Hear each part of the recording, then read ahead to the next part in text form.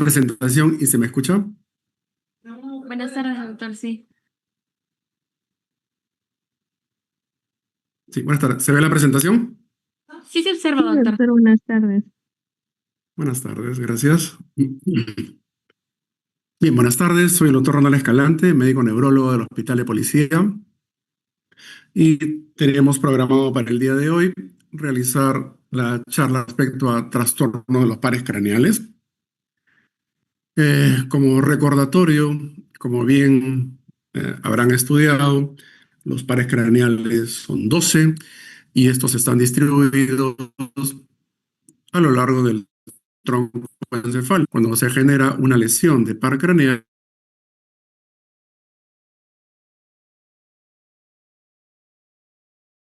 al mismo lado de su lesión, o sea, su manifestación clínica es de tipo ipsilateral, ¿ok?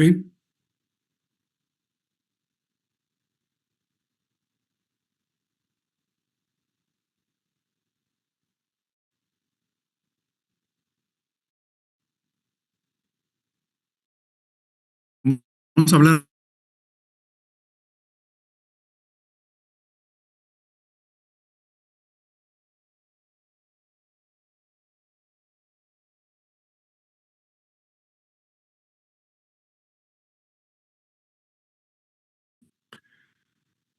y todas las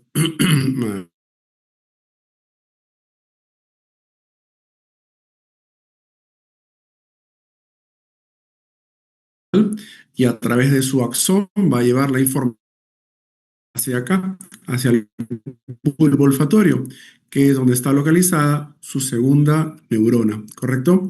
Es aquí. Doctor, disculpe que le interrumpa. No se le escucha bien. Ok.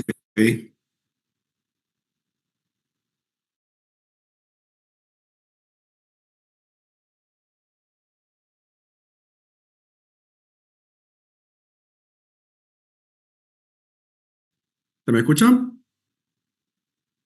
Se le escucha entrecortado, doctor. Ya. A ver.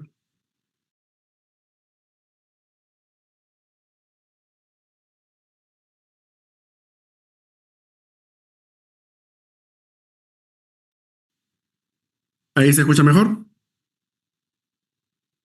Sí, doctor. Ok.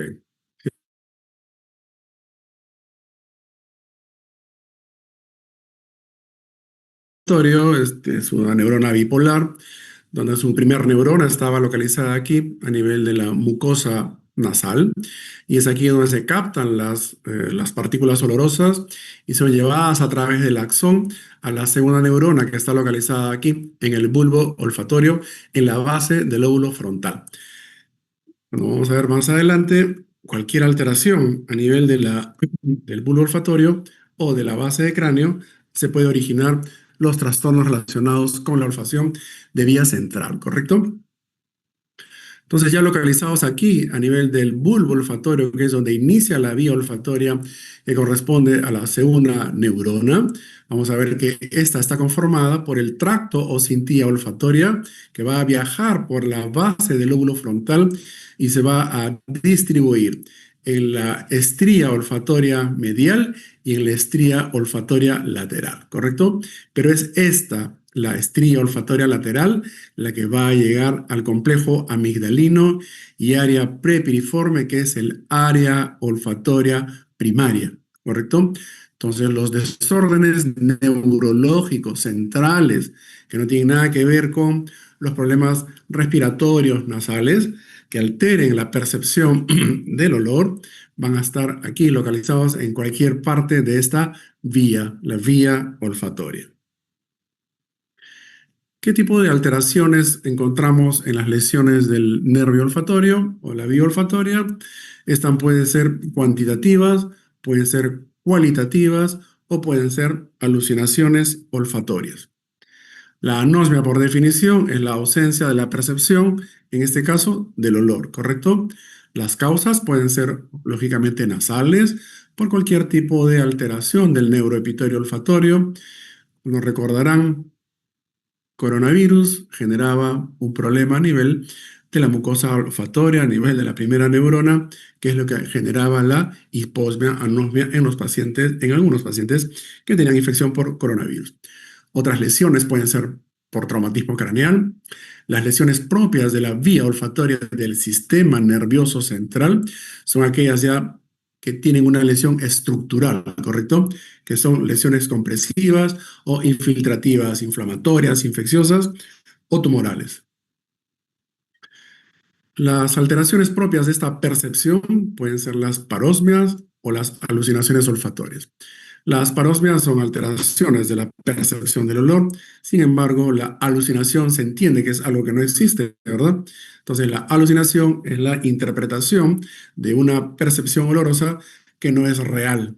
Y aquí tenemos a diferenciar la que corresponde a algunas auras epilépticas que tienen como su foco epileptógeno a nivel del lóbulo frontal o la base del lóbulo frontal o en la vía olfatoria, neurológica me refiero, y puede ser la manifestación de un aura, ¿sí? ¿Correcto? De epilepsia de tipo temporal, de localización central, o por patología psiquiátrica. La más característica es cuando el paciente psicótico o esquizofrénico nos refiere, por ejemplo, olores desagradables como la cacosmia, ¿correcto? Esa es una alteración de la percepción de origen central, pero en patología psiquiátrica. Respecto al segundo nervio craneal, este segundo nervio craneal, que es el nervio óptico, es un nervio bastante interesante, ¿correcto? Primero porque es una vía cerebral y todas sus neuronas van a estar concentradas aquí a nivel de la retina, las células ganglionares de la retina, donde se condensa toda la información visual, va a terminar aquí, en la papila del nervio óptico y por ende en el nervio óptico. Entonces, cualquier alteración que se genere a nivel de la percepción o la vía va a originar trastorno de la vía visual. Entonces, el nervio óptico como tal tiene una porción intraocular, que son las células ganglionares de la retina, tiene una porción intraorbitaria, tiene una porción intracanalicular y, lógicamente, una porción intracraneal, ¿correcto? Que es la que nos permite discriminar los estímulos visuales y, por ende, la interpretación de lo que es lo normal y lo que es anormal. Y este es el gráfico que representa esto que les acabo de mencionar. Una vez que ingresa el estímulo visual a través del cristalino, ¿ok? Toda la información va a ser derivada aquí a las células ganglionares de la retina, que es donde llega toda la información visual. Pero aquí el cristalino genera una refracción y permite que la información que llega por el lado nasal sea interpretado hacia el lado temporal de la retina temporal de ese ojo. Y lo mismo pasa con la retina, la información que llega del lado temporal a nivel del cristalino, se genera una refracción de la información visual y esta información va a ser condensada a nivel de la retina nasal. Entonces, para entender toda información visual que atraviesa la córnea, la pupila y el cristalino, se va a disgregar a nivel de lo que se llama la retina temporal y la retina nasal. ¿Y por qué es importante esto? Porque es esto, entendiendo este gráfico, vamos a poder entender de qué hablamos cuando hablamos o evaluamos un paciente y encontramos trastorno de la vía visual, ¿correcto? Eso lo vamos a ver en el siguiente gráfico. Entonces, toda la información que llega por la retina nasal, que está aquí en celeste, turquesa, viaja juntamente con la información que llega de la retina temporal. La información se condensa en la papila del nervio óptico y viaja a través del nervio óptico, como pueden ver aquí. Toda esta información viaja junta, pero ¿qué pasa? A nivel del quiasma óptico, toda la información que llega a través de la retina nasal se decusa hacia la vía visual contralateral y toda la información que llega por la retina temporal mantiene su vía a través de las radiaciones ópticas, tracto óptico, cuerpo geniculado y obviamente la vía visual. Entonces, cuando hablamos de problemas de la vía visual, hablamos de lesiones prequiasmáticas, es decir, cuando hay alteración de ambas vías, nasal y temporal. Hablamos de lesiones a nivel quiasmáticas o las lesiones postquiasmáticas, ¿de acuerdo? Entonces es importante poder mirar y entender este gráfico y esto nos va a permitir saber de qué hablamos cuando hablamos de desórdenes de la vía visual. Entonces cuando evaluamos la vía visual, evaluamos agudeza visual, la visión de colores, el campo visual, el reflejo fotomotor y esto es necesario mirarlo con el fondo de ojo. Entonces, ¿qué pasa con las lesiones del nervio óptico? Habíamos dicho que el nervio óptico es una vía cerebral, ¿correcto? Una vez que se genera una lesión del nervio óptico, es muy importante recordar que el nervio óptico está formado por axones que contienen mielina. Por lo tanto, la mielina del nervio óptico se puede lesionar siempre por enfermedades que tengan una base inmunológica, una base autoinmune. Entonces, si una persona viene porque tiene neuritis óptica clínicamente, entonces yo debo pensar, ok, esta persona debe tener algún desorden de etiología inmunológica que me está originando este compromiso del nervio óptico. Puede ser unilateral y puede ser bilateral, ¿ok? Entonces la característica es déficit monocular de un solo ojo, es raro que sea binocular, pero hay.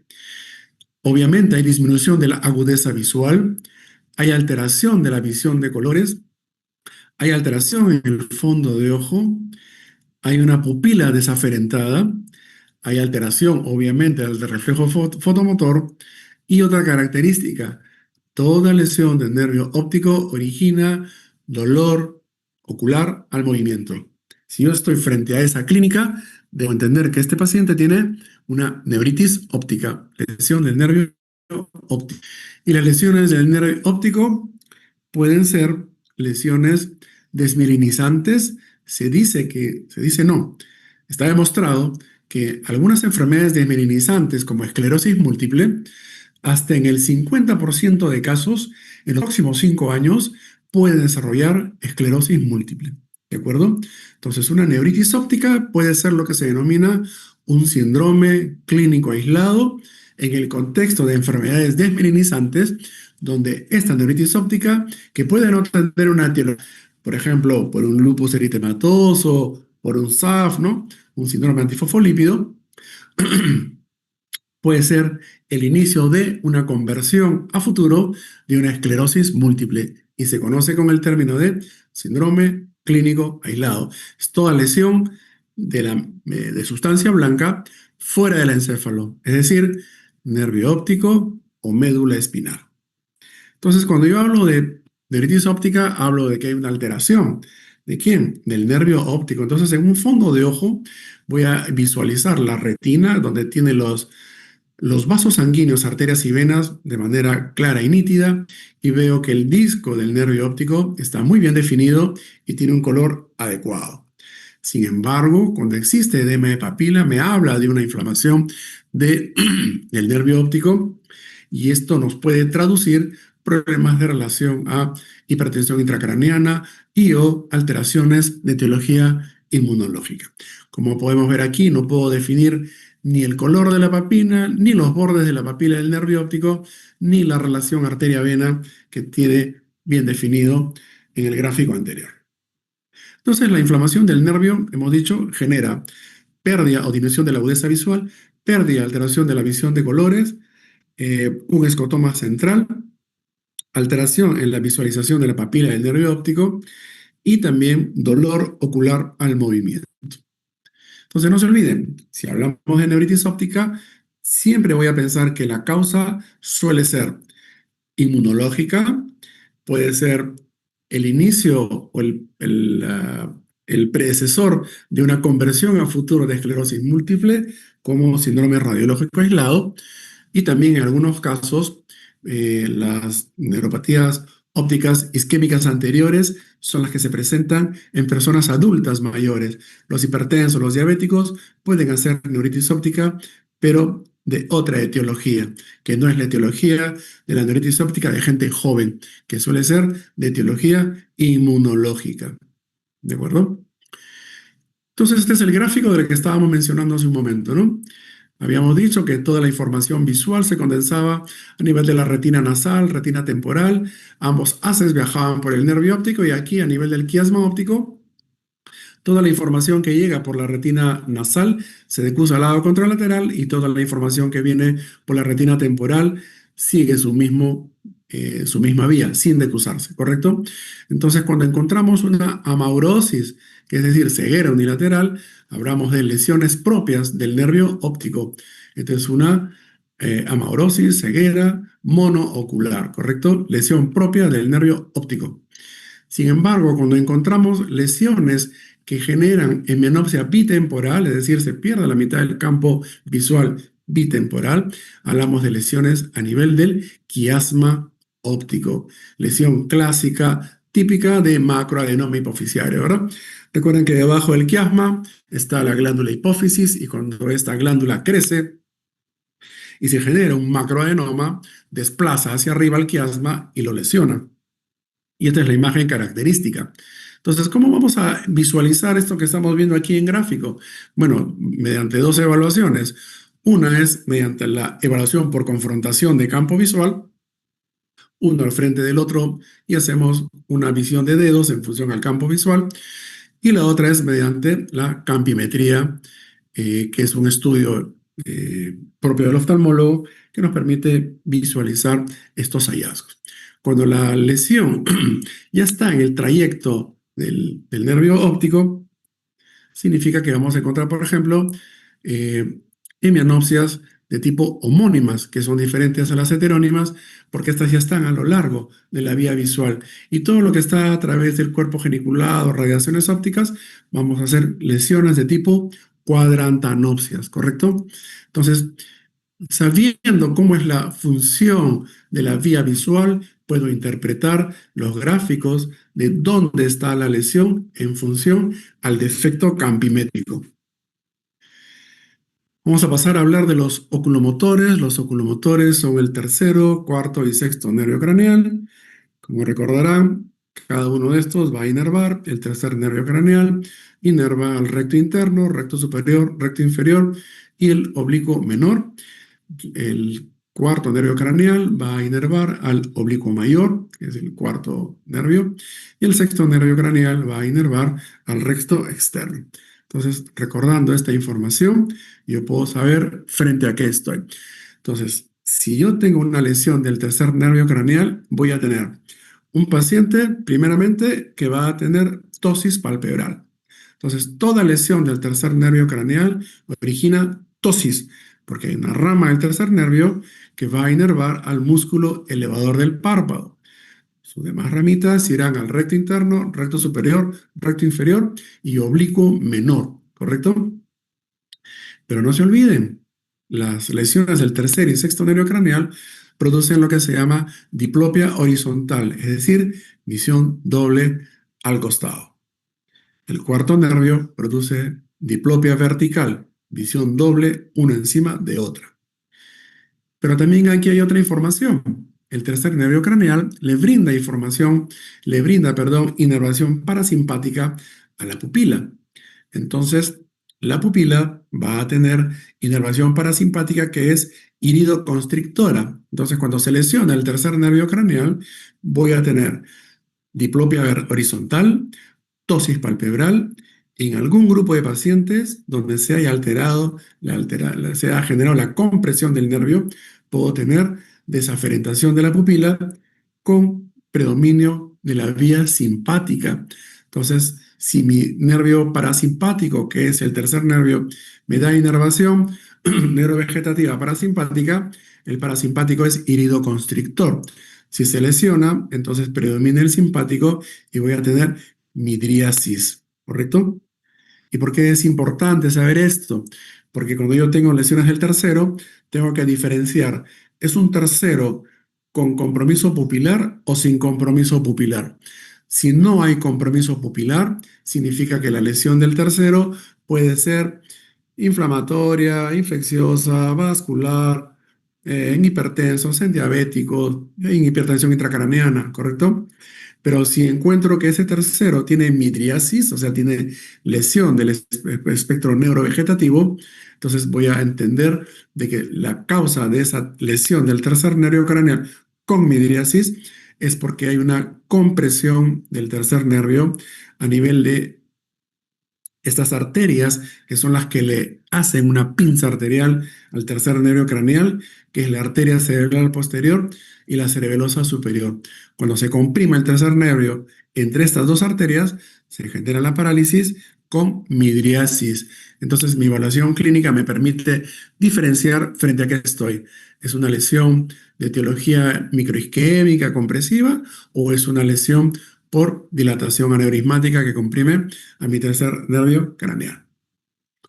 Esto es lo que le acabo de explicar, las otras causas que son de tipo isquémicas. Una vez que tengo el diagnóstico, pues tendré que pedir evaluaciones, siempre evaluaciones de neuroimagen, para poder saber si existe o no existe algún compromiso del sistema nervioso central que me lesione mi tercer nervio craneal. Gran parte de las parálisis oculomotoras son de tipo microisquémicas, donde los hipertensos y los diabéticos son las pacientes con la mayor etiología de este problema. Y si la sospecha es el aneurisma, tengo que pedirle un estudio neurovascular, angiotem o angioresonancia cerebral. El cuarto nervio craneal, como les mencioné, es el patético troclear, es el nervio que inerva al oblicuo mayor. Y la lesión de este nervio produce diplopia vertical, ¿ok? No se olviden, lesión del tercero, lesión del sexto nervio craneal, diplopia horizontal, lesión del cuarto nervio craneal, diplopia vertical. En este gráfico está representada la mirada primaria de este modelo. Cuando vemos que este gráfico lateraliza la cabeza hacia su lado derecho, vemos que el globo ocular se desplaza hacia arriba, y cuando esta persona lateraliza la cabeza hacia el lado contralateral, esta elevación del globo ocular se corrige, ¿ok? Y esto es lo que se denomina el test de Bielchowski.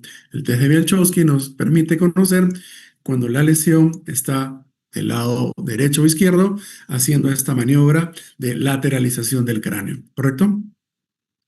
Se lesiona, se eleva el globo ocular hacia el lado de su lesión y corrige lateralizando la cabeza hacia el lado contralateral. Y como estamos hablando de oculomotores, vamos a hablar del síndrome de Tolosa-Hunt, que es una oftalmoplegia dolorosa. Hay que entender que estos oculomotores están discurriendo a través del seno cavernoso, y cuando se produce un compromiso, alteración, inflamación, compresión a nivel del seno cavernoso, se puede generar este tipo de alteración. Quinto nervio craneal, nervio trigémino. Es un nervio mixto porque nos da información sensitiva y motora. Nos da inervación sensitiva a nivel del rostro y también a nivel de los músculos tensores del tímpano y la masticación. Su primera rama es el quinto 1, es un nervio sensitivo puro y le va a dar inervación sensitiva a la órbita del ojo, al párpado superior, frente, nariz y mucosa nasal y los senos paranasales. Así que cualquier alteración a este nivel nos generará síntomas de la rama oftálmica del nervio trigémino.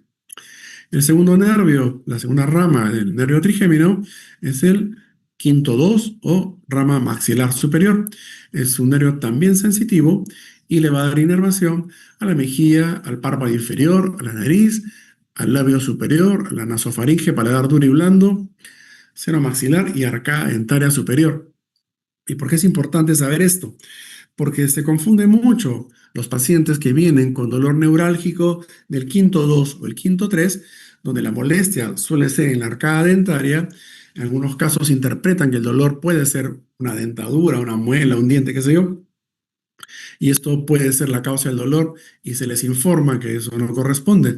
Van al odontólogo, revisan sus curaciones, qué sé yo, y muchas veces no encuentran nada, porque obviamente el problema no es un problema dental, ¿correcto? Se les explica el contexto. ¿Por qué es importante este nervio? Por este diagnóstico, la neuralgia del trigémino. Recuerden, todo dolor de un nervio, todo dolor neuropático puede ser de difícil manejo, ¿correcto? Las ramas más frecuentes que se comprometen es el quinto 2 y el quinto 3, o sea, rama maxilar superior, rama maxilar inferior. ¿Cuál es la característica? Dolor agudo, dolor lancinante, dolor penetrante, dolor súbito, ¿correcto?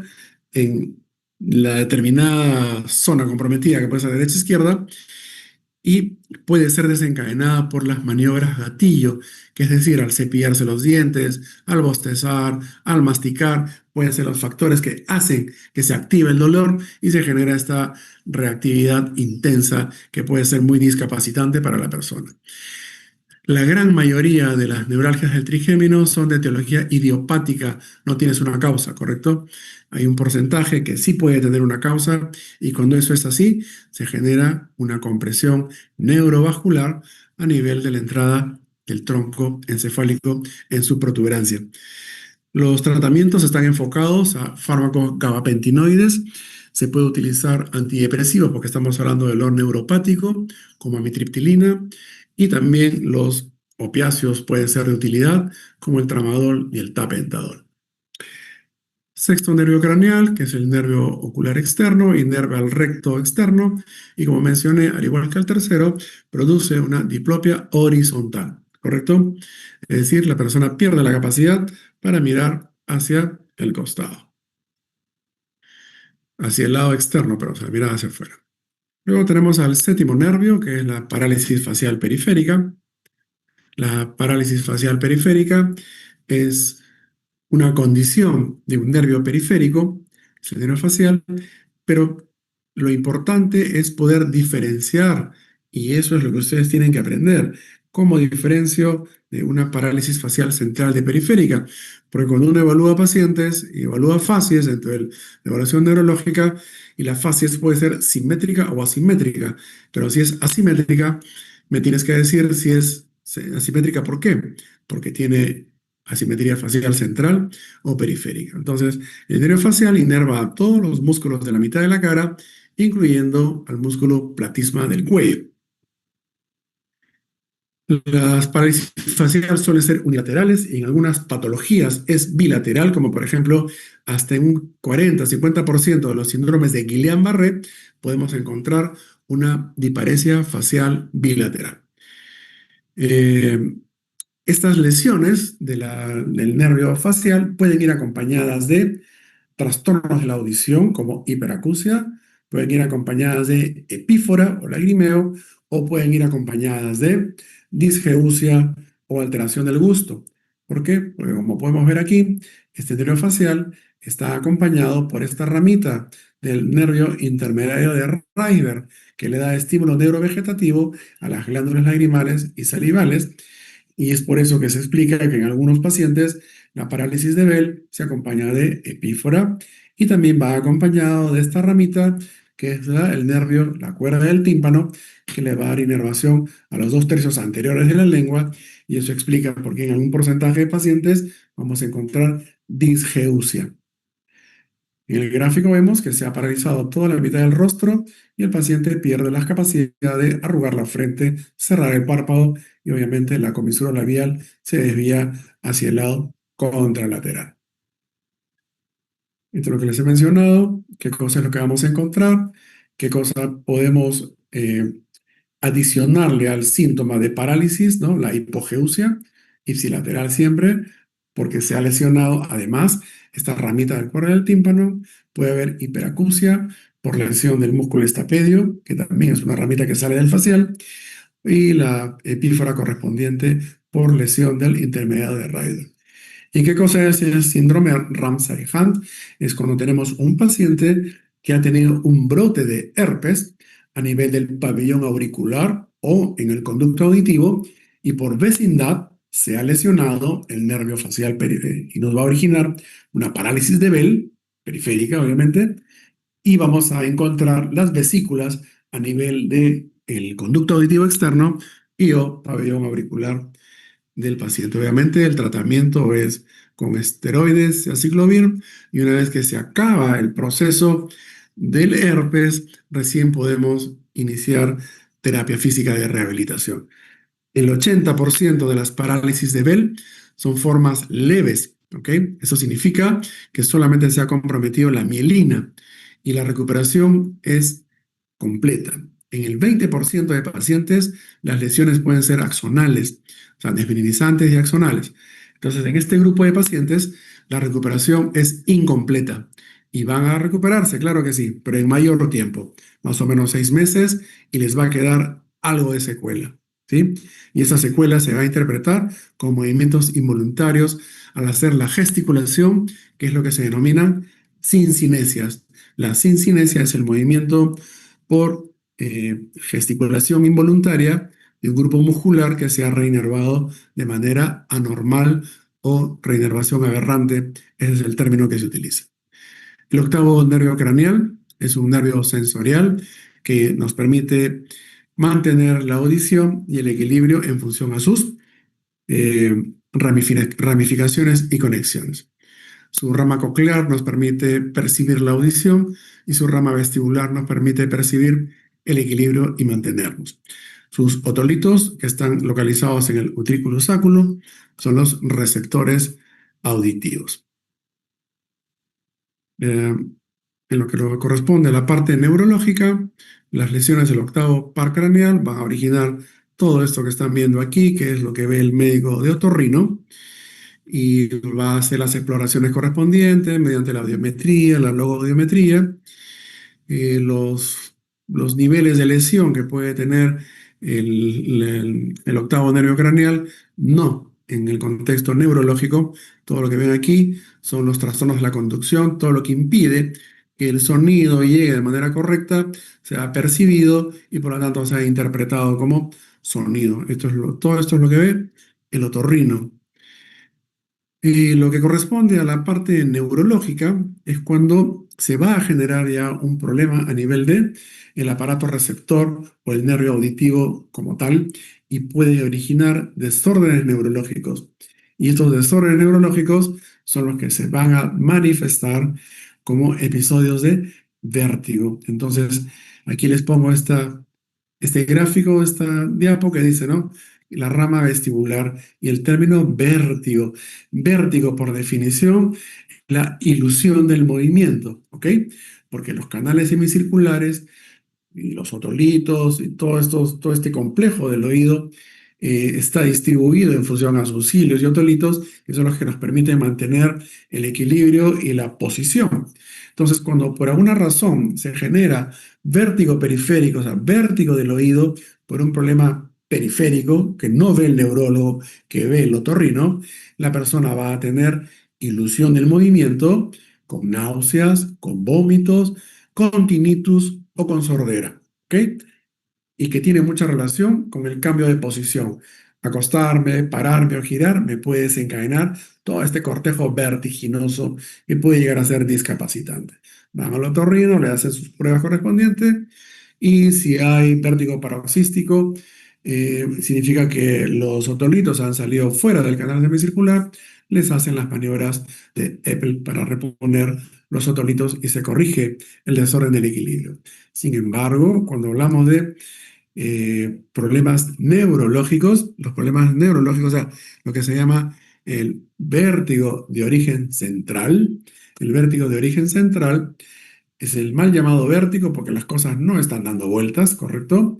Habíamos dicho que el sistema vestibular se conecta con el tronco y el cerebelo y también con los globos oculares. Por lo tanto, cuando tengo un desorden de la vía vestibular, voy a tener nistagmus, voy a tener náuseas, vómitos y voy a tener un trastorno del equilibrio. En los periféricos, el nistagmus es horizontal o es horizontal rotatorio, ¿ok? Más la baja audición y el vértigo posicional.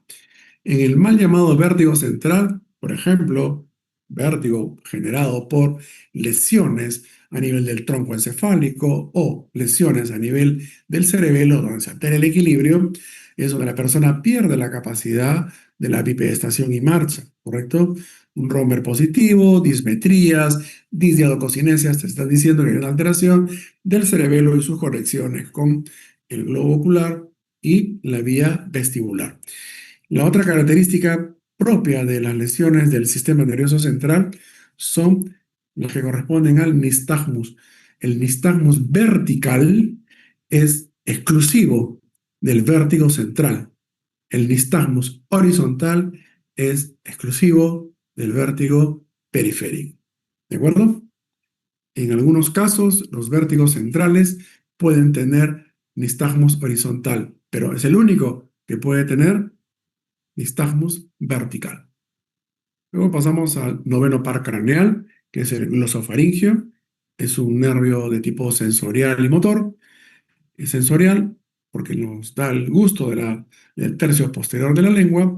Recuerden que los dos tercios anteriores se los daba el nervio facial. Y es motora porque va a inervar al músculo estilofaringio. Sus alteraciones, obviamente, pues serán trastornos del gusto. Y la otra alteración, como tiene un componente motor, será la disfagia, ¿no? Disfagia, dificultad para la deglución. También puede existir en este nervio, así como hay una neuralgia del trigémino, también puede existir una neuralgia del glosofaringio que implica dolor a la deglución, ¿correcto? Obviamente todos los pacientes son operados y van bien. El décimo par craneal ya sabemos que es un nervio que va a inervar varias estructuras, ¿correcto? De varios aparatos y sistemas. Y el contexto que corresponde a la parte neurológica nos va a dar la inervación a nivel de la úvula y el paladar blando. Entonces, la lesión del nervio del décimo paracraneal originará una ptosis del velo paladar con la respectiva desviación de la úvula, una asimetría en la formación y desviación de la úvula. Y también puede influir en la deglución. Pero también este nervio va a darle una rama al nervio recurrente laríngeo, ¿correcto? El nervio recurrente laríngeo, cuando está lesionado por el décimo par, va a originar lo que se llama la voz bitonal, ¿sí? Luego pasamos al penúltimo nervio, que es el onceavo nervio craneal, que es un nervio exclusivamente motor y le va a dar la musculatura, la inervación motora, perdón, al músculo esternocleidomastoideo y al músculo trapecio. Se evalúa mirando al paciente de espaldas y viendo si hay cambios en el trofeo de los músculos o si hay una asimetría en la nivelación de los hombros.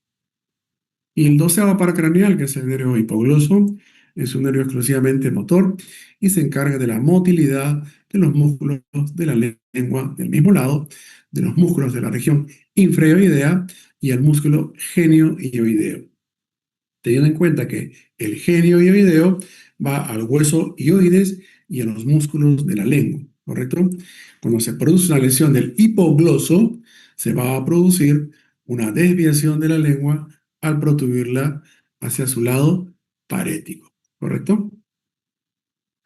Entonces, el geniogloso contralateral es el que está haciendo esta función para poder generar esta paradoja, ¿no? De su lesión contralateral.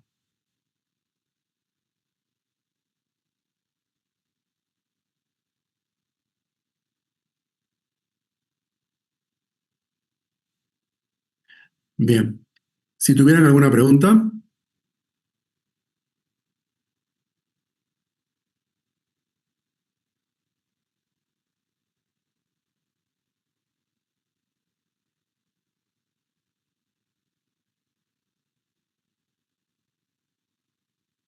Creo que no, doctor.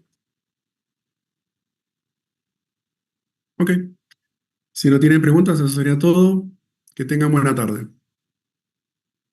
Pensale, doctor, muchas gracias. Gracias, doctor. Gracias, Buenas doctor. tardes.